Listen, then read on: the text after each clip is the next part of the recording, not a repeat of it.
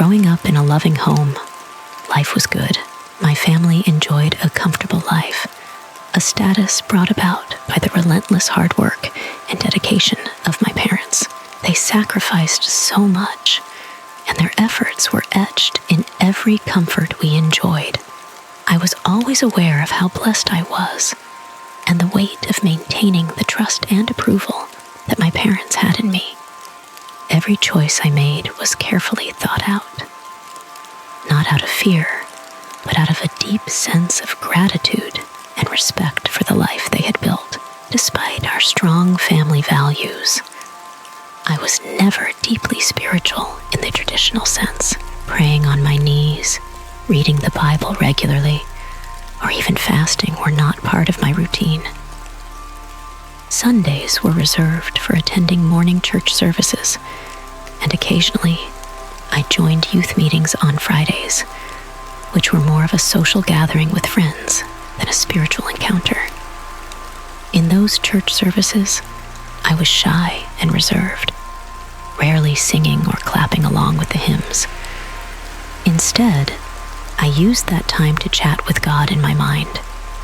In those quiet, reflective moments, I felt an indescribable connection. There were no distractions, just me and my thoughts. Drifting into conversations with God, I would reflect on my actions, seek forgiveness for my wrongs, and simply bask in the sense of love that enveloped me. It wasn't me and my conscience. It felt different, something more. It wasn't a voice I heard, but a feeling I understood. A gentle nudge guiding me. I felt God's presence in my life whenever I faced the consequences of my actions, like poor grades due to playing rather than studying. I would really have some long conversations with him, sharing everything and anything. It felt like I had a personal best friend, always there to guide me. As time passed and I grew older, life became busier. I met someone special, started working, and a new chapter of my life began. My conversations with God became fewer and further apart. Things around me were great, but it all felt hollow. I realized I lost that sense of calm and happiness that had once filled my heart. I realized that I only reached out to God when problems arose, seeking help in times of need, only to revert to my old busy ways once the storm had passed. No matter how good things were, I never felt that same happiness again. There was a divide, a barrier created by my own guilt and neglect. Years went by, and I found myself longing for what I had so foolishly set aside. The regret weighed heavily on me, a constant reminder of the connection I had taken for granted. One rainy evening, much like tonight, I found myself lost in deep thought.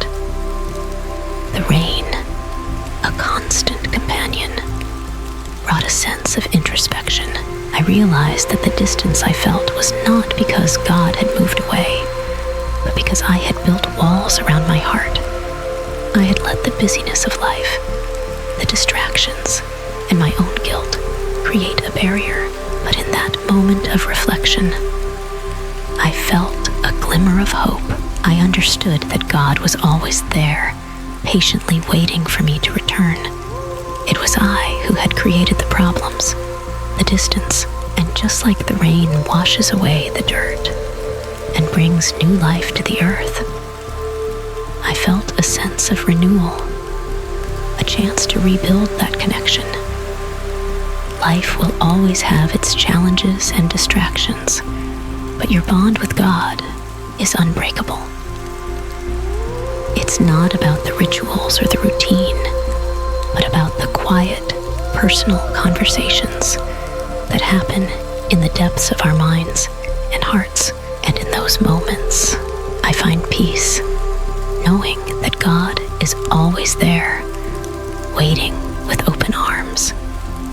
The path ahead is unknown, but with faith, I know I can The journey is long, but the love and guidance of God are always within reach. The Lord is near to all who call on him, to all who call on him in truth.